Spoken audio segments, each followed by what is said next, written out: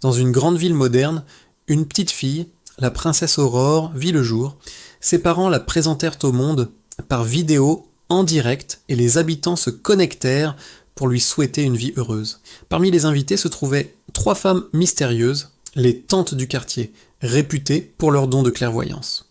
La première lui souhaita du courage, la deuxième de la créativité, mais alors que la troisième s'apprêtait à prendre la parole, l'écran trembla et un 4e visage apparut. Une femme vêtue de noir, mise à l'écart depuis des années car jugée trop étrange.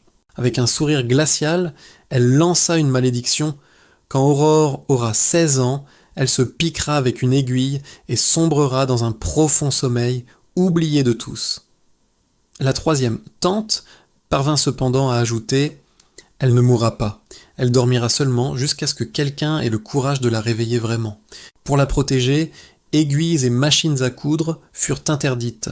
La couture se faisait désormais virtuellement et il était interdit à Aurore de pénétrer dans les entrepôts abandonnés. Mais plus on lui interdisait d'approcher, plus sa curiosité grandissait. C'était une enfant toujours connectée, mais elle sentait qu'il lui manquait quelque chose en dehors de l'écran. Le soir de ses 16 ans, après une fête rythmée par la musique et les récits, elle se retrouva seule, suivant une notification anonyme. « Viens voir où le temps s'arrête ».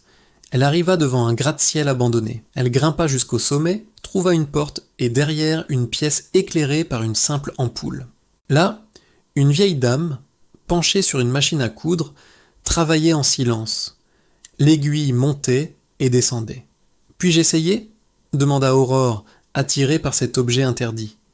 Dès qu'elle toucha l'aiguille, une piqûre lui traversa le doigt et le monde s'obscurcit. Aurore s'endormit dans un fauteuil et la ville ralentit, comme si la vie s'était arrêtée. Les gens continuèrent de bouger, mais sans enthousiasme. Des fêtes par habitude, les réseaux sociaux, en fond sonore, des rêves de plus en plus rares. Les 3 tantes comprirent que la malédiction était accomplie et décidèrent de prolonger son sommeil. Une fatigue générale s'installa comme si chacun dormait les yeux ouverts dans l'attente de quelque chose. Des années plus tard, un garçon nommé Luca, lassé de vivre au milieu de notifications inutiles, découvrit un vieux forum évoquant la princesse endormie dans le gratte-ciel. Il suivit les indications et arriva au même immeuble oublié. Il monta au dernier étage et trouva la chambre.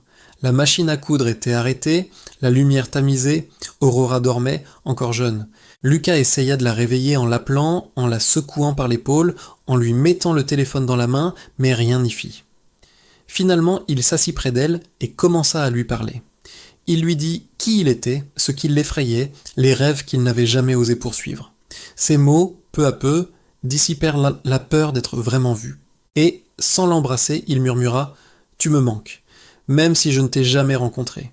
Si tu te réveilles, peut-être nous rappelleras-tu comment vivre pleinement. » Une larme coula de ses yeux clos, l'aiguille tomba au sol et la ville s'éveilla de sa torpeur. La musique reprit son sens, les fêtes redevinrent de véritables rencontres et non plus de simples écrans.